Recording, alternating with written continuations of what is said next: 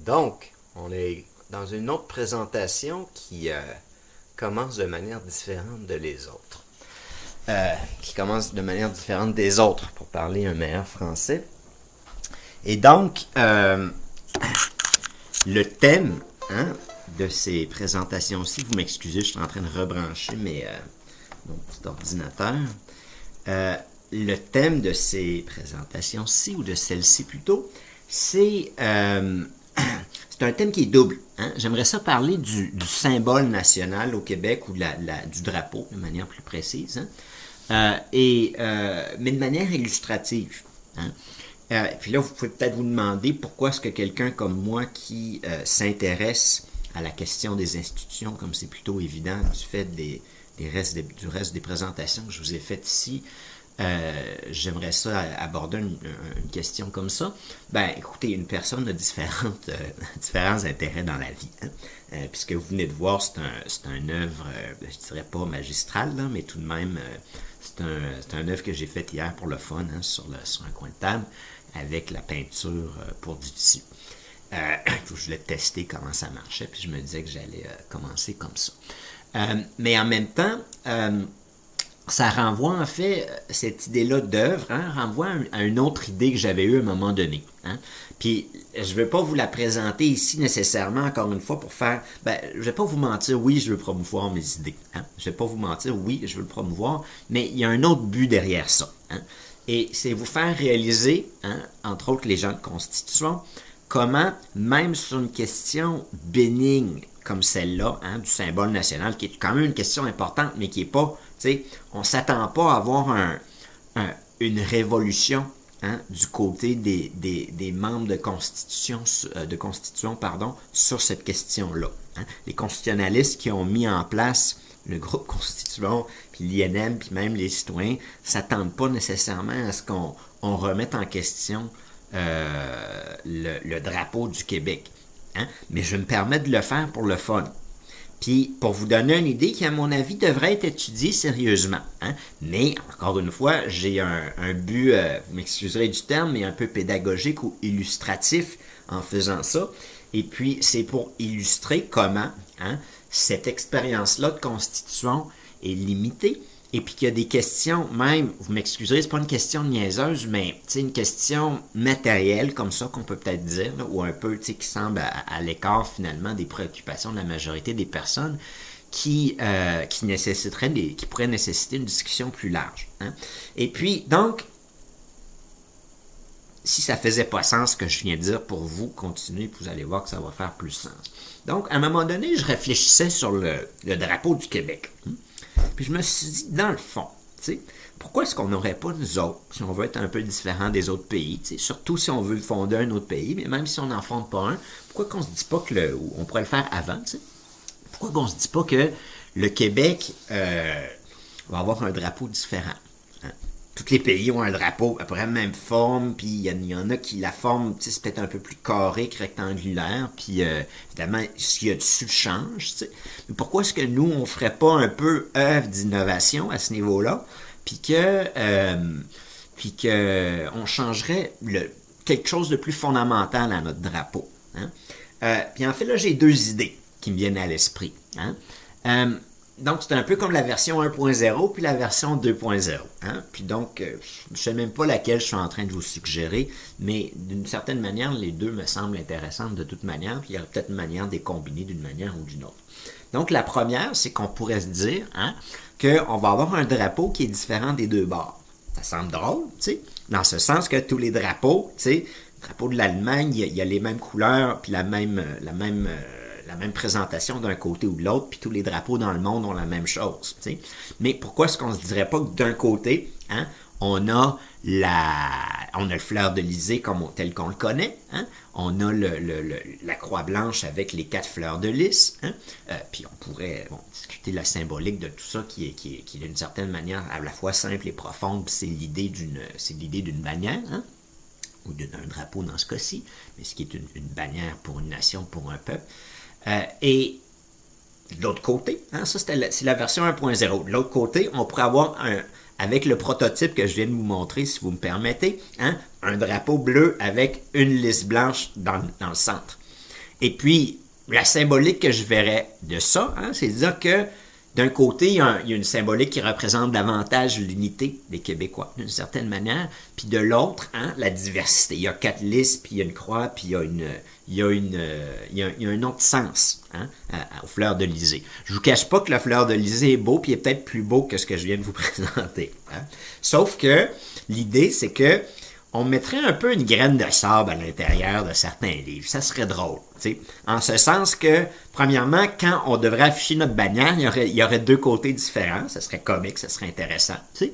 Puis ensuite, hein, dans les livres où on va représenter les drapeaux, il faudrait toujours qu'il y ait excusez-moi de le dire de la manière suivante, mais les hosties québécois qui font pas comme les autres. Puis qui décident de mettre un drapeau avec un drapeau différent des 2 bords. Hein? Puis donc, il faudrait qu'ils montrent chacun des bords de notre drapeau, puis tout de suite, ça attirera l'attention sur le nom. C'est pas l'objectif. Hein? L'objectif, c'est innover, puis faire quelque chose de différent, puis en même temps, tu sais, dire... puis c'est un peu ça l'idée, tu sais... enfin, c'est peut-être un peu exagéré d'exalter l'idée à ce niveau-là, mais dire qu'un peuple, c'est pas juste une chose. Hein? Qu'il y a comme il y a différents aspects à toute réalité, hein, dont les peuples, mais dont plusieurs autres réalités dans le monde aussi. Bon, ça c'est la version 1.0. Hein. Je pense qu'elle peut avoir un intérêt en tant que telle, avec la forme que je vous présente. On peut s'imaginer d'autres choses sur l'autre bord. On pourrait s'imaginer, je sais pas, un drapeau d'une autre couleur avec une peut-être vert, hein, ou avec un fleur de lys qui soit peut-être d'une autre couleur aussi. Ou, je sais pas, blanc sur vert, sur un vert foncé, hein, un vert plus forêt. Hein. Encore une fois, ça représenterait quand même... J'ai jamais eu cette idée-là avant, au fait. Hein. Ce que je suis en train de vous dire là, je viens de l'avoir. Mais, ça pourrait représenter, le fait qu'on est un pays de forêt, hein, non seulement du fleuve Saint-Laurent, mais de forêt aussi. Et que, et bien sûr, il y a comme une idée un peu écologiste ou nature derrière, hein, qu'il n'y a pas juste des humains sur le territoire avec leurs fleurs de lys puis leurs croix, mais qu'il y a aussi, de la nature, hein, au Québec, puis d'une certaine manière représenter ça sur notre drapeau national. Ça dirait quelque chose. Hein. Puis peut-être que, justement, changer la couleur de l'autre côté serait intéressant. Hein. Et ça m'amène au second point. Hein. Puis la version 2.0, autrement dit, on est déjà un peu dedans, là, mais ça m'amène à la version 2.0, c'est qu'à un moment donné, je réfléchissais à cette idée-là, puis je me disais, tiens, pourquoi est-ce qu'on ferait pas quelque chose d'autre? On est quand même un peuple un peu artistique au Québec. Faut pas se le cacher, c'est quand on nous compare à l'extérieur, c'est quand même une de nos caractéristiques. On est un peuple créatif, hein? Puis une manière de le dire qui va peut-être un peu, qui est une manière poétique d'une certaine manière, là, mais c'est un peuple qui aime explorer la folie, qui aime explorer comment changer les choses, puis bouleverser les choses, puis qui prend plaisir à ce type d'exploration-là. Hein? On pourrait dire qu'on est un peuple de party. Hein? Puis, parce que dans un party, c'est ça qu'on fait. Hein? C'est qu'on brise les règles, puis on se réinvente. Hein? On revient à un autre état, hein? Puis on se redécouvre en faisant ça. Hein, dans un vrai bon party. Puis, il ne faut pas faire un discours sur comment tenir un bon party, là, mais vous pouvez peut-être imaginer. Mais l'autre idée qui m'est venue, donc, à un moment donné, c'est je me suis dit, pourquoi est-ce qu'on ne se garderait pas le deuxième bord de notre drapeau, puis qu'on le change périodiquement? Hein? Puis la première idée qui m'est venue pour me mettre sur ce bord-là, puis je me réclame du droit de l'initiative si jamais on adopte cette idée-là, hein, c'est que, imaginez par exemple, hein, bon, tu sais, on a des gens, tout le monde peut avoir une opinion artistique, tu sais, il y a des gens qui connaissent, qui s'intéressent plus à l'art au Québec, mais tu sais, on pourrait consulter ces gens-là pour leur demander, d'après vous, qu'est-ce qu'on pourrait mettre. Puis ça n'aurait pas besoin d'être nécessairement des symboles ou quelque chose qui est lié directement ou exclusivement au Québec. Hein? Puis je trouvais cette idée-là intéressante aussi. T'sais. Puis pourquoi est-ce qu'on ne mettrait pas...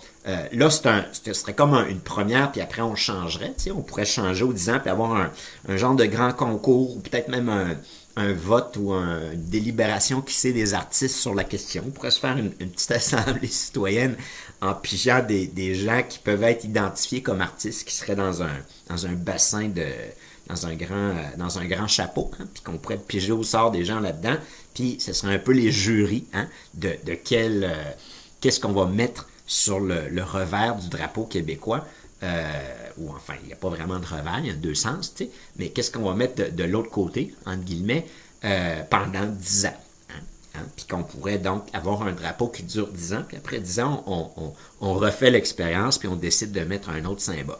Puis le premier symbole qui m'est venu à l'esprit, bon, tu sais, là, je ne vais pas vous cacher, c'est peut-être même quelque chose que vous ne connaissez pas, mais c'est pas grave. Vous irez sur Internet puis le voir, mais c'est le fameux tag qu'on croit attribué à Banksy, qui est une personne qui fait de l'art sur des murs, puis il avait fait pas un tag exact, je sais pas comment on appelle ça en fait dans ce domaine-là, un graffiti, mais c'était pas un graffiti là, choquant. C'était une image du buste de Martin Luther King avec, c'est une très très belle image en fait, avec une auréole, mais qui est c'est une image profonde, en fait, pour les Amériques.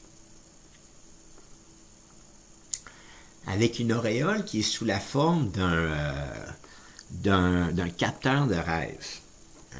Puis donc, si vous tapez probablement Banksy puis Martin Luther King, vous allez probablement tomber sur cette image-là. Il l'a faite sur un mur à quelque part aux States, dans le sud. Enfin, on pense que c'est lui, parce que c'est une personne qui fait de l'art, puis qui les laisse là, puis qui passe à... qui le fait pas pour être... vu, entre guillemets, là, puis il y a beaucoup de ses œuvres, donc on pense que c'est lui, puis d'une certaine manière, on pourrait le dire si on a choisi un nom qu'on pense qui vient peut-être de ce fameux Banksy-là, qui s'est quand même hissé à travers là, son travail à un niveau d'artiste reconnu au niveau du monde. T'sais. Mais cette image-là, justement, bon, elle nous vient d'une personne qui était chez nos voisins, mais qui en même temps puis là, on pourrait en faire une longue discussion, mais en même temps incarne d'une certaine manière la nouvelle Amérique. Puis incarne une idée d'inclusion dans notre grande nation qui sont les Amériques. Bon, j'ai pas encore uploadé cette partie-là, mais éventuellement, je vais uploader une présentation sur cette idée-là qui va s'intituler les Amériques dans la section 2. Ça va être la dernière présentation dans cette section-là, du moins dans l'état présentement des faits.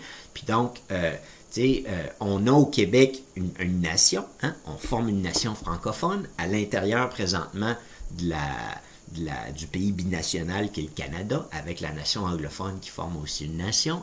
Puis il y a plusieurs petits bouts de ça. Puis bon, les maritimes, c'est pas la même chose que l'Ouest puis que le Centre, puis que l'Alberta. Puis donc il y a comme des sous-cultures à l'intérieur de cet ensemble-là.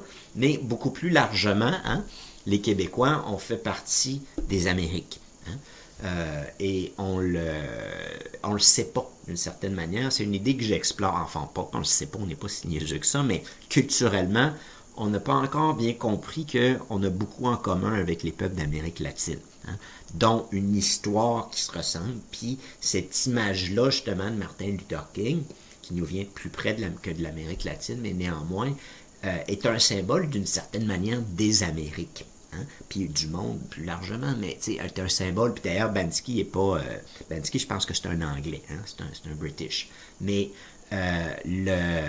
d'origine, là, mais cette image-là, du moins pour moi, elle m'a frappé. Puis j'ose me dire que je me réclame du droit d'initiative si jamais cette idée-là est adoptée. Parce que c'est une belle image. Puis après 10 ans, les générations qui vont venir, bon, je me réclame, je peux pas le faire, je peux pas imposer la décision, là, mais je suggère que ce serait une belle première que de mettre ça sur le drapeau québécois. Puis, bon, après 10 ans, ou un autre laps de temps, mais j'imagine 10 ans, c'est raisonnable, là, on pourrait se dire, bon, qu'est-ce qu'on veut mettre sur notre drapeau de l'autre bord? Oui, on est encore la fleur de l'Élysée, on est encore québécois, mais qu'est-ce qu'on veut mettre de l'autre bord, puis qu'est-ce qu'on veut dire au monde en mettant un symbole de l'autre côté? Entre vous et moi, c'est une idée qui est quand même le fun. C'est plus fun que, excusez-moi de le dire, mais c'est plus fun que d'avoir un fleur de l'Élysée avec la même chose des deux bords. Puis on l'a encore. On n'élimine pas ce symbole-là, puis je suis pas en train même de proposer d'éliminer parce que pour plusieurs personnes, dont moi, ce symbole-là veut dire quelque chose.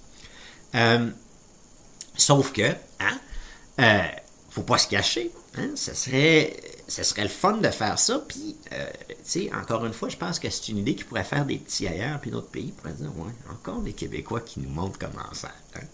Puis, la raison pour laquelle j'évoque cette idée-là ici, qui est une idée artistique ou, tu sais, symbolique, dans le sens que du préambule où il y a des symboles nationaux, ou des symboles du Québec, c'est que pour une raison, c'est un peu pour... enfin, je voulais exposer l'idée, hein? Puis en même temps, c'est le fun d'avoir une conversation un peu plus fun que juste parler des institutions, là, si vous me permettez. Mais, tu sais, il y a un point puis il y a un lien avec le reste de mes présentations. Puis ce lien-là, c'est que même si une assemblée comme le groupe Constitution décidait de se dire, c'est pas pire comme idée ça, mettons-le dans la Constitution, il y aurait tout de suite un blocage. Parce que, hein, ce groupe-là, Constitution, ne peut pas retourner devant la population pour lui suggérer une idée d'innovation comme celle-là, puis lui dire, qu'est-ce que vous pensez de ça? T'sais, quelqu'un est venu nous dire ça, on a trouvé ça pas pire, qu'est-ce que vous en pensez? T'sais? Puis, c'est pour illustrer, encore une fois, hein, par puis là, du fait qu'on ne parle plus d'institution, on parle d'une question d'une certaine manière qui est d'un ordre plus matériel ou, visuel, en physique visuelle, que même sur une question comme ça, hein, cette assemblée-là ne peut pas légitimement, hein, avec le temps limité qu'elle a, rendre un avis qui est légitime, hein, d'un point de vue démocratique sur une éventuelle constitution du Québec. Je ne suis pas en train de dire qu'elle ne peut pas rendre un préavis ou un avis préliminaire ou faire certains constats, hein, mais je suis en train de vendre la salade encore une fois, puis de vous dire qu'il faut mettre en place une assemblée constitutionnelle pour qu'une assemblée comme ça puisse se dire, bon, on a fait une commission sur les emblèmes nationaux, voici une idée qui est venue devant nous avec d'autres, qu'est-ce que vous en pensez en tant que Québécois, qu'est-ce qu'on fait là-dessus, est-ce que cette idée-là, est-ce qu'elle vous plaît comme idée, ou est-ce que vous voulez ne pas rester avec la bannière ou le drapeau québécois tel qu'il existe présentement. Hein? Puis du fait de l'importance des symboles, hein, puis de l'importance de ce changement-là, d'une certaine manière, dans la conscience des Québécois, c'est drôle de le dire comme ça, mais quand même, ce serait un absolu prérequis, de demander l'avis des Québécois sur cette question-là. Hein? Puis donc, même sur une question comme ça, hein, encore une fois, j'argue que le pouvoir constitutionnel doit être entre les mains des citoyens, mais de manière avec une institution permanente, hein, qui puisse se pencher et prendre le temps de regarder ce type de questions-là. Et donc, bon, c'est un peu l'idée derrière la tête, mais tu sais, je ne vais pas vous le cacher, cette idée-là, je la trouve pas pire. Ou du moins, quand elle m'est venue à l'esprit, vous avez deux versions, là, mais quand elle m'est venue à l'esprit, ces deux versions-là, je me suis dit, peut-être que ça... Je pense qu'il y a des gens qui seraient intéressés à cette idée-là. Puis donc, bon, je veux pas... enfin, je l'intègre à ces présentations-ci, hein, mais pour illustrer, comme je viens de le dire aussi, comment le processus requiert, hein, une réflexion plus profonde. Par ailleurs, bon, la critique indirecte que je suis en train de faire ici, pour le dire peut-être de manière plus claire pour ceux qui n'auraient pas pu écouter mes autres présentations, c'est que, hein, du fait du temps limité du groupe constituant, hein, ils sont pris dans un genre de carcan conservateur. Hein. Ils ne peuvent pas se poser ce genre de questions-là parce que ça requerrait nécessairement de retourner devant la population pour leur poser leur avis. Hein. Et puis donc, ils sont pris à devoir un peu confirmer ce qu'il y a là, puis dire oui, c'est ça notre symbole national, on le sait, puis c'est ça, puis ça, puis ça. T'sais. Peut-être qu'il y a des gens qui sont venus devant vous pour vous exposer des idées comme ça. Mais je ne sais pas. Puis je serais content qu'il y en ait eu, là, mais en même temps, je serais un peu... enfin, j'aimerais ça les connaître, mettons. Mais j'allais dire, je serais peut-être un petit peu surpris. Hein, en ce sens qu'il y a une préconception, hein, dans l'organisation du groupe Constitution qui fait en sorte que cette assemblée-là est prise un peu, hein, avec le cadre, hein, à devoir aller dans le sens qui, je pense, était celui de certaines personnes qui participaient à l'organisation, du moins de certains des experts qui ont conseillé à sa mise en place. Peut-être pas de l'impulsion initiale de M. Christian Lapointe, là, mais qui était celle d'avoir une assemblée qui va confirmer un peu, vous me permettrez de le dire, mais leur vision sur une constitution conservatrice du Québec qui va faire un état de fait avec ce qu'on a présentement, mais qui ne va pas innover et qui va surtout pas, enfin, c'était peut-être pas dans la... Ben, ça, faudrait pas le dire, mais j'allais dire qu'il va surtout pas donner un pouvoir réel aux citoyens. Hein. Mais en ce sens que, dans leur vision constitutionnelle à ces personnes-là, hein, il n'y a pas eu nécessairement une pré-réflexion sur cette question-là. On ne peut pas préjuger de leurs opinions maintenant, hein, mais on peut quand même constater que dans les productions constitutionnelles qu'ils nous ont faites auparavant, c'était pas une grande préoccupation que d'avoir un pouvoir citoyen effectif, hein, qui puisse, notamment sur la question constitutionnelle, mais ailleurs aussi dans nos institutions, changer les choses. Et donc, hein, la grande... je ne sais pas en fait dans quelle partie je vais insérer cette présentation-ci. Hein. Je l'ai faite un peu en me disant peut-être qu'elle devrait aller dans la section 8, mais peut-être que je suis en train de penser que je vais peut-être la mettre dans la section 5. Hein. Non seulement parce que la section 5, il n'y a pas grand-chose dedans, mais parce que d'une certaine manière, tu sais, elle s'insérerait avec une certaine logique, hein, dans cette section-là. Bon, j'ai suffisamment parlé et puis donc... je vais me permettre de me taire peut-être en prenant le loisir quand même de vous montrer ma petite bannière une dernière fois avant de vous quitter. Pour ceux qui n'auraient pas compris la chose au début, vous peut-être l'apprécier avec un autre sens. Évidemment, il faudrait peut-être faire une fleur de lys un peu moins peinturée puis mieux faite, mais elle est quand même pas si pire que ça, vous devez admettre ça.